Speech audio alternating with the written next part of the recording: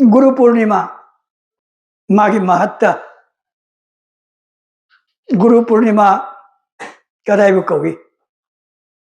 हाइबसी कोई मसीगी मयाई तामुल लेटेंबिरिबा ओजा मनिक सुमना पुबिरिबा खंबिरिबा ओजानी ओजागी मांगदा अइना मु यामना संदोकना हाइबसे मसी खरा थवलोंदा काइगदरा अइना कंजै अदुमपु करितंग हाइरमगे हाइदरा गुरु पूर्णिमा अखोगी सजीबुर कालेन इंगा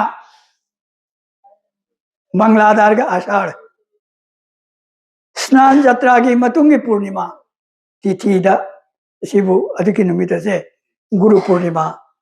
पांगथोई मसीदा ख्वाइदगी अइगी नुंगाइबम करिनो हाइबदा ननाई गुरु पूर्णिमा से ताई पांजी जेंगी ngasi पुरपानी मयाम दाई ओ गुरु खुरमगनी जय गुरुदेव स्तुति गलोने खुरमदरे लोयरे ngasiदी यामना आडंबर चाउथोक्तदना पिक्तक तौरारगे सिंगलेमना संदेश शर्मा मणिपुरी संगीत विद्यालय की थौबुरोय महिरोय सिंगना थौरम पांथोपसे सिंथानिंगाय लेतना थागनिंगी पेंजे अदो हारिबा गुरु पूर्णिमा से करीदगी गुरु पूर्णिमा हारिबना जगत की मबूर गोविंदना जगतंग हाइरो अनंत सज्जादा सेप्तन लेरिंगै मतमचिता अखोगी ब्रह्मांडदा करी असोयंगाम लई लोइनना करीबो अमतंग माका मानबा पुथोक्सी गायना मेतुशलागा खन्नर येंबदगी अमा मतौ ताई अदोदी कदाई पुथोकने आइदना अनंत सज्जादा से प्यारेगा विष्णु गोविंद मागे नाभि पद्द खोजौ थंबालदगी ब्रह्माबु सृष्टि तौबी ब्रह्माबु सृष्टि तौबी रारगा सुमनतनी इमोन पुथोकिबा ज्ञान जाओगी मतमदग इमोन मुकल्ले है ज्ञान आइबमा पीबगी मतौनी ज्ञान से पीरे आरेगा ब्रह्मांड मखादा ब्रह्म ज्ञान सिंह की विक्षे पीबगी मतौ ताई हाइबसे इबोन उरदना खुदगा दुक्ता नसै ब्रह्मादा ब्रह्म ज्ञान से इबोन पीबीगी सही करोने मरमदुना ब्रह्माबो आदि गुरु ब्रह्मा आदि शेबो हारिबा इंगागी पूर्णिमा तिथि असिक्ता इमोना ब्रह्मादा हारिबा किबसी सिनेगिबगी मरमदगी हारिबा पूर्णिमा से गुरु पूर्णिमा थोनगी अमरमदना कोइने थेंगजबदा वेद व्यास वेदबु मरी थोकना खाइदोपीगिबा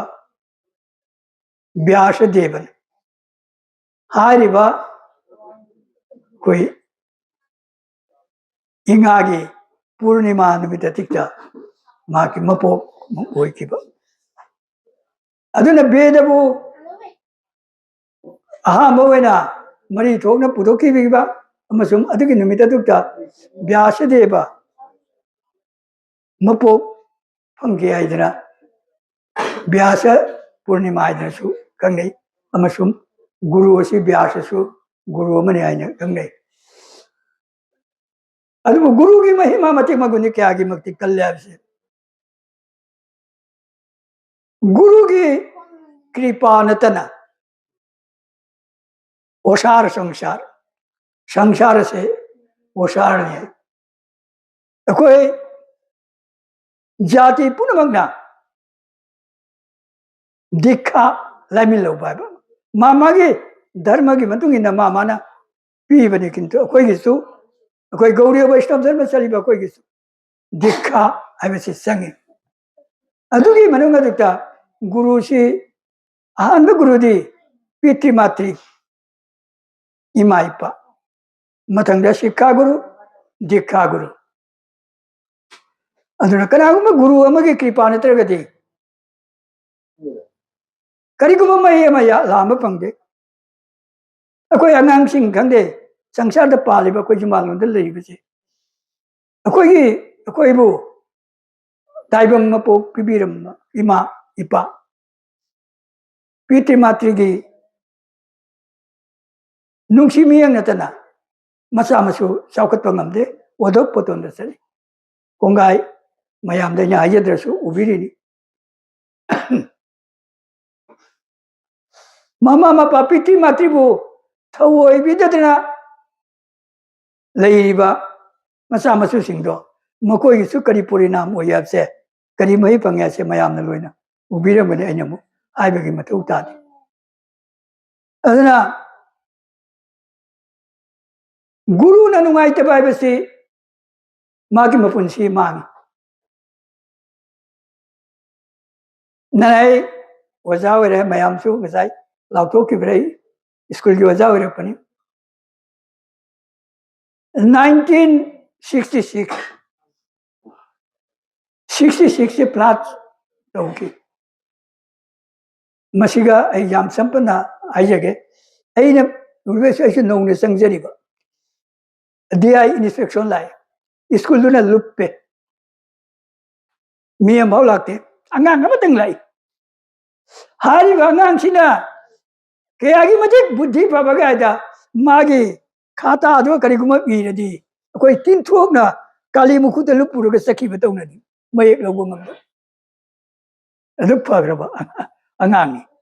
अदु नमितुदी अते अमत लाते मा लाए मा लेरमे DI सिना अपनागी एनरोलमेंट क्या नो हाइरो हाइ इमाई पेमा असोंदर अमता जाबो अमतनी से आई हाइबम खंगदरा उवा तोंग लेरेने DI करी हाइ आई संपत पने खोइना आमी गुनारी दिगे जयारनी आई सकद्रो आई जिसिगनी माने चत्त यारोइदबो थोंजन लेगरबो पोलिना प्लाट की मतुंगिले मतमदुगा अंगांग अदुगी मिंगचतरो आइने पेन गिबदो मामा लेरमद्रदी स्कूल कनाम द लाते हाइबा रेकॉर्ड तुम चकी दोरमनी अमा तंगी लागसु माना इरेने सुमेर ओइरबो अदुगी अंगांग से ओजा ngkrabo wani akoi borkola da video office da head clerk oilir bai wani rai chakida ai ma pungo me ne ngasai gi aina hajari do mana iba larik tu da koi paaba ngamde ari sin aha magi wani ko aduna mana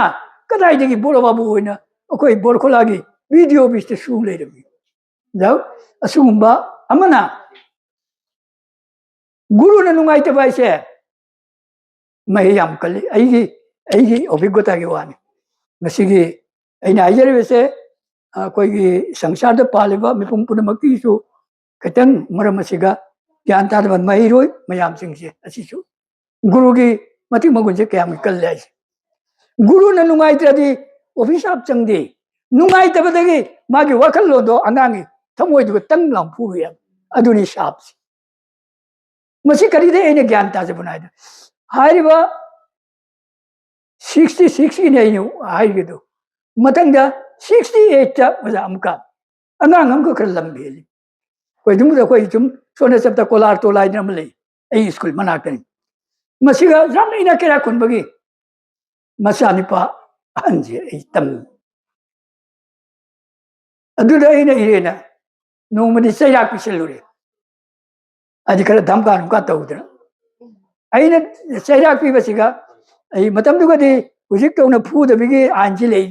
तो फूरसु तुम जाबिम Laramie अदु आइना सैने कर फूरुरी फूर बसिगा मसिगा माना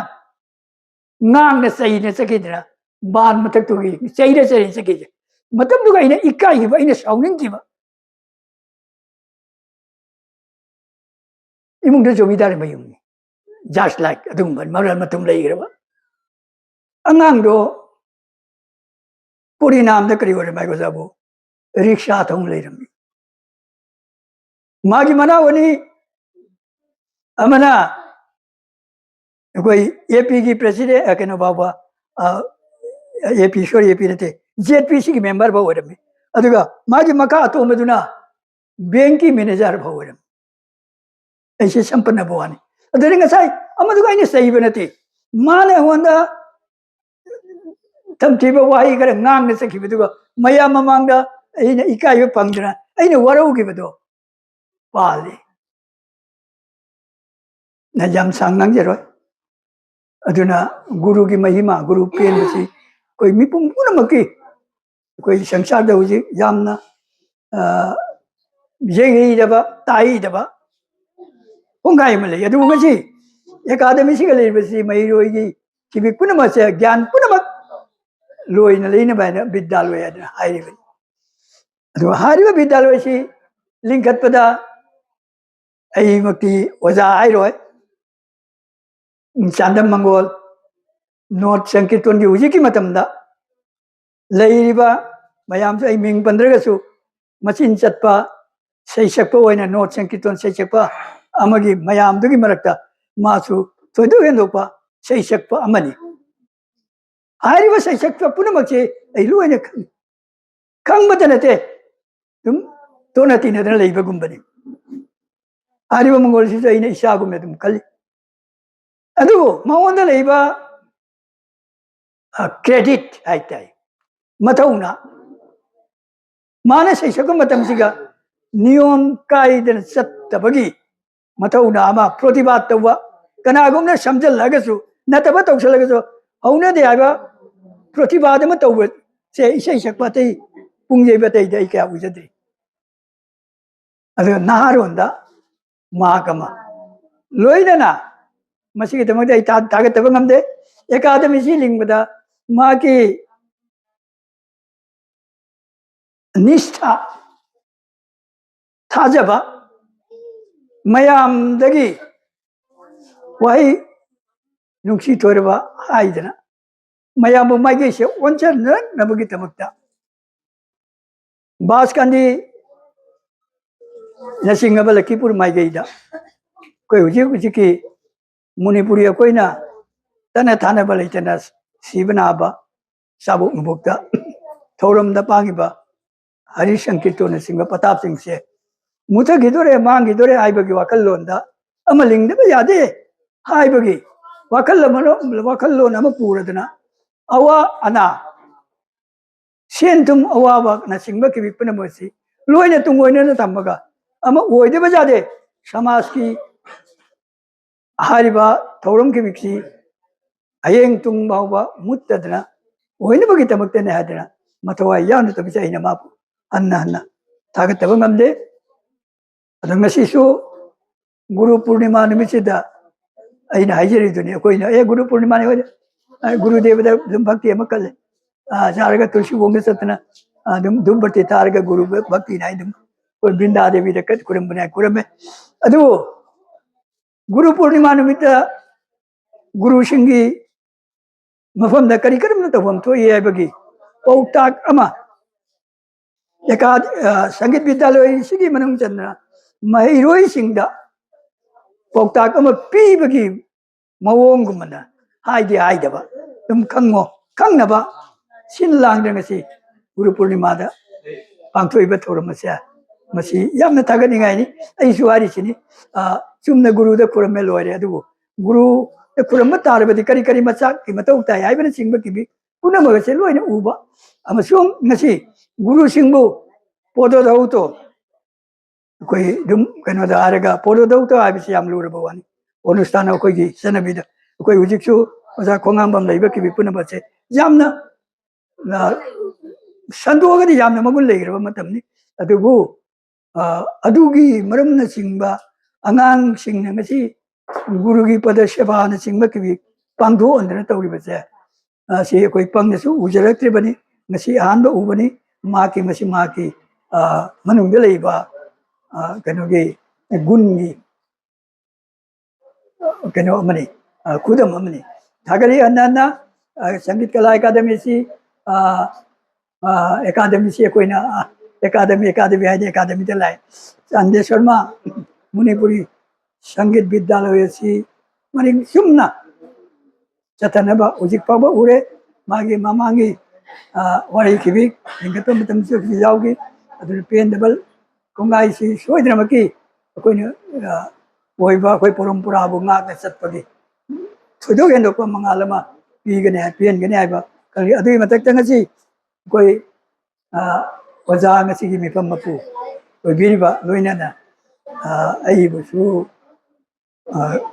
ꯑꯦꯀꯥꯗꯃꯤꯒꯤ ꯁꯪꯒꯤꯠ ꯕꯤद्यालयꯒꯤ ꯃꯥꯏꯀꯩꯗꯒꯤ ꯃꯍꯩꯔꯣꯏ ꯅꯠꯇꯅ ꯁꯪꯒꯤꯠ ꯕꯤद्यालयꯒꯤ ꯌꯨꯃꯨꯔꯦꯟꯁꯤꯡꯅ ꯍꯥꯏꯕ ꯇꯥꯏ ꯇꯧꯕꯔꯣꯏ ꯃꯌꯥꯝ ꯈꯤꯕꯤ ꯄꯨꯟꯅ ꯄꯨꯟꯗꯅ ꯑꯩꯈꯣꯏꯒꯤ ꯉꯁꯤ ꯃꯌꯥꯝ ꯃꯃꯥꯡꯗ ꯁꯤꯈꯥ ꯒꯨꯔꯨ ꯑꯃꯅꯤ ꯍꯥꯏꯔꯦꯗꯅ ꯏꯀꯥꯏ ꯈꯨꯝꯅꯕ ꯎꯠꯄꯤꯔꯤꯕ ꯑꯩꯈꯣꯏꯗ ꯒꯨꯔꯨꯀꯨꯝꯕ ꯑꯃ ꯇꯝꯕꯤꯗꯅ ꯇꯧꯕꯁꯦ ꯀꯌꯥꯒꯤ ꯃꯇꯤꯛ ꯊꯃꯣꯏꯁꯤꯒ ꯄꯦꯟꯖꯩ ꯍꯥꯏꯕꯁꯦ ꯑꯩꯈꯣꯏ ꯋꯥꯍꯟ ꯊꯣꯛꯅ ꯍꯥꯏꯗꯅ ꯃꯌꯥꯝꯗ ꯐꯣꯡꯗꯣꯛꯄ ꯉꯝꯖꯔꯣꯏ ꯑꯁꯤꯒꯤ ꯂꯃꯟ ꯁꯪꯒꯤꯠ ꯕꯤद्यालयꯒꯤ ꯃꯍꯩꯔꯣꯏꯁꯤꯡꯅ ꯆꯤꯡꯉꯕ ꯊꯧꯒꯂꯣꯟꯁꯤꯡꯒꯤ ꯃꯐꯝꯗ ꯑꯩ ꯂꯃꯟ ꯇꯣꯟꯁꯤꯜꯂꯕꯅꯤ ꯍꯥꯏꯅ ꯂꯧꯖꯩ ꯃꯇꯝ ꯂꯩꯕ ꯈꯤꯕꯤꯛꯇ ꯕꯤद्यालय ꯑꯁꯤꯒꯤ ꯃꯇꯤꯛ ꯃꯒꯨꯟꯅꯆꯤꯡꯕ ꯈꯤꯕꯤ ꯄꯨꯝꯅꯃꯛꯁꯤ ꯅꯣꯡꯃ ꯅꯣꯡꯃꯒꯤ ꯕꯣꯔꯗꯤꯇꯣ ꯍꯦꯟꯒꯠꯄ ꯏꯁꯣꯔꯒꯤ ꯃꯐꯝꯗ ꯑꯩ ꯇꯧꯕꯤꯒꯅꯤ ꯂꯣꯏꯅꯅ ꯉꯁꯥꯏ ꯋꯥꯐꯝ ꯑꯃ ꯔꯦꯖꯤꯁꯇ꯭ꯔꯦꯁꯟ ꯑꯩꯈꯣꯏ ꯑꯣꯖꯥꯅ ꯍꯥꯏꯕꯤꯈꯤ ꯔꯦꯖꯤꯁꯇ꯭ꯔꯦꯁꯟ ꯇꯉꯥꯏ ꯐꯗꯕꯅꯤ ꯃꯗꯨꯒꯤ ꯄꯣꯊꯤ ꯄꯣꯔꯝ ꯄꯨꯝꯅꯃꯛ ꯑꯩꯉꯣꯟꯗ ꯔꯦꯀꯣꯔꯗ ꯂꯩ ꯑꯩ ꯑꯦꯀꯥꯗꯃꯤ ꯑꯇꯩ ꯆꯂꯥꯏꯕ ꯑꯃꯁꯨꯡ ꯑꯇꯩ ꯑꯇꯩ ꯁꯪꯁꯊꯥ ꯆꯂꯥꯏꯕꯒꯤ ꯃꯇꯨꯡ ꯏꯟꯅ ꯀꯔꯤ ꯀꯔꯤ ꯆꯪꯒꯅꯤ ꯃꯆꯥꯛ ꯈꯤꯕꯤ ꯄꯨꯝꯅꯃꯛ ꯑꯗꯣ ꯌꯥꯝ ꯃꯇꯧꯅꯤ ꯔꯦꯖꯤꯁꯇꯔ ꯇꯧꯗ꯭ꯔꯒꯗꯤ ꯌꯥꯝꯅ ꯊꯥꯞꯄꯣꯏ ꯕꯦꯡꯛꯇ ꯑꯦꯀꯥꯎꯟꯇ ꯂꯨꯄꯥ ꯁꯦꯟ ꯊꯨꯝ ꯂꯩꯕ꯭ꯔꯥ ꯕ꯭ꯂꯣꯛ ꯇꯧꯈꯤꯅꯤ ꯔꯦꯖꯤꯁꯇꯔ ꯇꯧꯗ꯭ꯔꯗꯤ ꯇ꯭ꯔꯥꯟꯖꯦꯛꯁꯟ ꯌꯥꯔꯣꯏ ꯑꯗꯨꯗꯒꯤꯗꯤ ꯑꯦꯀꯥꯗꯃꯤ ꯑꯁꯤꯒꯤ ꯄꯦꯟ ꯀꯥꯔꯗ ꯃꯊꯧ ꯇꯥꯔꯛꯀꯅꯤ ꯄꯦꯟ ꯀꯥꯔꯗ ꯄꯤꯕꯒꯤ ꯃꯇꯨꯡꯗ ꯂꯣꯏꯔꯕꯒꯤ ꯃꯇꯨꯡꯗ ꯑꯃꯨꯛ ꯗꯣꯔ ꯄꯣ ꯅꯥꯏꯗꯅ ꯑꯃꯒ ꯃꯊꯧ ꯇꯥꯔꯛꯀꯅꯤ ꯃꯁꯤ ꯁꯣꯏꯗꯕꯅꯤ ꯑꯩꯈꯣꯏ ꯑꯣꯖꯥꯅꯤꯗꯤ ꯃꯁꯤ ꯃꯔꯝꯗ ꯑꯗꯨꯝ ꯈꯪꯕꯅꯤ ꯁꯣꯏꯗꯕꯅꯤ ꯑꯗꯨ ꯂꯝ ꯇꯨꯁꯤꯒꯤ ꯔꯦꯖꯤꯁꯇ꯭ꯔꯥꯔ ꯑꯣꯏꯕ ꯑꯩꯒꯥꯅ ꯂꯝ ꯗꯥꯟ ꯇꯧꯔꯤꯕꯁꯦ ꯑꯦꯀꯥꯗꯃꯤꯒꯤ ꯃꯔꯝꯗ ꯃꯗꯨꯒꯤ ꯔꯦꯖꯤꯁꯇ꯭ꯔꯥꯔ ꯑꯃ ꯁꯣꯏꯗꯅ ꯆꯪꯒꯅꯤ ꯑꯇꯩ ꯃꯈꯥꯗꯨꯗꯤ ꯑꯀꯨꯞꯄ ꯃꯌꯥꯝ ꯀꯩꯇꯧ ꯅꯣꯡꯃ ꯐꯝꯃꯤꯟꯅꯔꯒ ꯖꯥ ꯇꯥꯗꯣ ꯑꯇꯩ ꯑꯈꯪ ꯑꯍꯩꯁꯨ ꯂꯩꯔꯝꯒꯅꯤ ꯑꯩꯈꯣꯏ ꯑꯣꯖꯥꯁꯨ ꯂꯩꯔꯤ ꯂꯣꯏꯅ ꯃꯤ ꯑꯩꯈꯣꯏꯗꯒꯤ ꯌꯥꯝ ꯊꯥꯛ ꯍꯦꯟꯅ ꯈꯪꯍꯩꯔꯕ ꯑꯣꯖꯥꯅꯤ ꯇꯥꯟꯅꯗꯅ ꯃꯗꯨ ꯃꯇꯝꯒꯤ ꯔꯦꯖꯤꯁꯇ꯭ꯔꯥꯔ ꯇꯧꯊꯣꯛꯄꯤꯌꯨ ꯅꯠꯇ꯭ꯔꯒꯗꯤ ꯍꯧꯖꯤꯛ ꯑꯁꯤꯃ ꯑꯗꯨꯝ ꯁꯣꯏꯗꯅ ꯆꯤꯟꯒꯅꯤ ꯃꯗꯨꯒꯤ ꯃꯊꯧ ꯇꯥꯕ ꯃꯇꯦꯡ ꯑꯗꯨꯝ ꯑꯩ ꯄꯤꯖꯒꯅꯤ ꯂꯣꯏꯅꯅ ꯃꯪꯒꯣꯜꯅꯁꯨ ꯍꯦꯟꯅ ꯈꯪꯉꯤꯕꯅꯤ ꯑꯩꯒꯤ ꯏꯆꯥꯅꯤꯄꯥ ꯑꯍꯟ ꯕꯤꯔꯖꯤꯠ ꯍꯧꯖꯤꯛ ꯍꯧꯖꯤꯛ ꯑꯩꯈꯣꯏ ꯑꯁꯥꯝ ꯃꯅꯤꯄꯨꯔꯤ ꯀꯂꯥ ꯑꯦꯀꯥꯗꯃꯤꯒꯤ ꯁꯦꯀ꯭ꯔꯦꯇꯔꯤ ꯅꯠꯇ꯭ꯔꯥ ꯁꯦꯀ꯭ꯔꯦꯇꯔꯤ ꯑꯣꯏꯕ ꯑꯩꯐꯥꯎ ꯈꯪꯗꯦ ꯁꯦꯀ꯭ꯔꯦꯇꯔꯤ ꯐꯝ ꯄꯨꯔꯤꯕ ꯃꯌꯥꯝ ꯄꯨꯝꯅꯃꯛ ꯂꯣꯜꯂꯤꯕꯅꯤ ꯁꯣꯏꯗꯅ ꯃꯇꯦꯡ ꯄꯤꯒꯅꯤ ꯑꯗꯨꯅ ꯑꯩ ꯑꯇꯩ ꯍꯥꯏꯖꯔꯔꯣꯏ ꯑꯦꯀꯥꯗꯃꯤ ꯑꯁꯤꯒꯤ ꯃꯉꯥꯜ ꯃꯇꯤꯛ ꯃꯒꯨꯟ ꯃꯌꯥꯝ ꯆꯪꯗꯅ ꯍꯥꯞꯄꯤꯔꯁꯤ ꯍꯥꯏꯕꯗꯨꯃ ꯊꯝꯃꯦ ꯍꯥꯏꯔꯒ ꯃꯌꯥꯏ ꯃꯐꯝꯗꯒꯤ ꯑꯩꯅ ꯕꯤꯗꯥꯏ ꯂꯧꯗ꯭ꯔꯤꯉꯩꯒꯤ ꯃꯃꯥꯡ ꯑꯁꯤꯗ ꯑꯦꯀꯥꯗꯃꯤꯒꯤ ꯉꯁꯤ ꯊꯧꯗꯣꯛ ꯊꯧꯔꯝ ꯑꯁꯤꯗ ꯌꯥꯝꯅ ꯄꯤꯕ ꯑꯃ ꯂꯩꯗ ꯀꯔꯤꯒꯨꯝꯕ ꯑꯩꯅ ꯄꯤꯕ ꯑꯃꯗꯤ ꯑꯗꯨꯕꯨ ꯉꯁꯤꯗꯤ ꯑꯩ ꯂꯨꯄꯥ 1,000 ꯑꯩ ꯁꯤꯟꯅꯖꯒꯦ ꯂꯨꯄꯥ 1,000 ꯑꯦꯀꯥꯗꯃꯤꯒꯤ ꯐꯥꯟꯗ ꯑꯦꯀꯥꯗꯃꯤꯒꯤ ꯊꯕꯛꯇ ꯌꯥꯎꯍꯟꯕꯤꯌꯨ ꯍꯥꯏꯕꯗꯨꯃ ꯊꯝꯖꯗꯅ ꯑꯩ ꯂꯨꯄꯥ 1,000 ꯀꯅꯥꯗ ꯁꯤꯟꯅꯖꯧꯒꯦ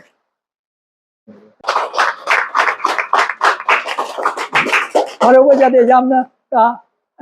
ꯍꯥꯞꯆꯕ ꯉꯝꯗ꯭ꯔꯦ ꯃꯊꯪꯗꯁꯨ ꯍꯥꯞꯄꯛꯀꯅꯤ ꯑꯦꯀꯥꯗꯃꯤꯒꯤ ꯅ꯭ꯌꯥꯏꯗ ꯃꯆꯥꯁꯤꯗ ꯃꯌꯥꯝꯗꯒꯤ ꯑꯩꯍꯥꯛ ꯄꯣꯊꯥꯖ ꯂꯣꯏꯁꯤꯟꯖꯔꯦ ꯑꯩꯒꯤ ꯍꯥꯏꯕꯁꯦ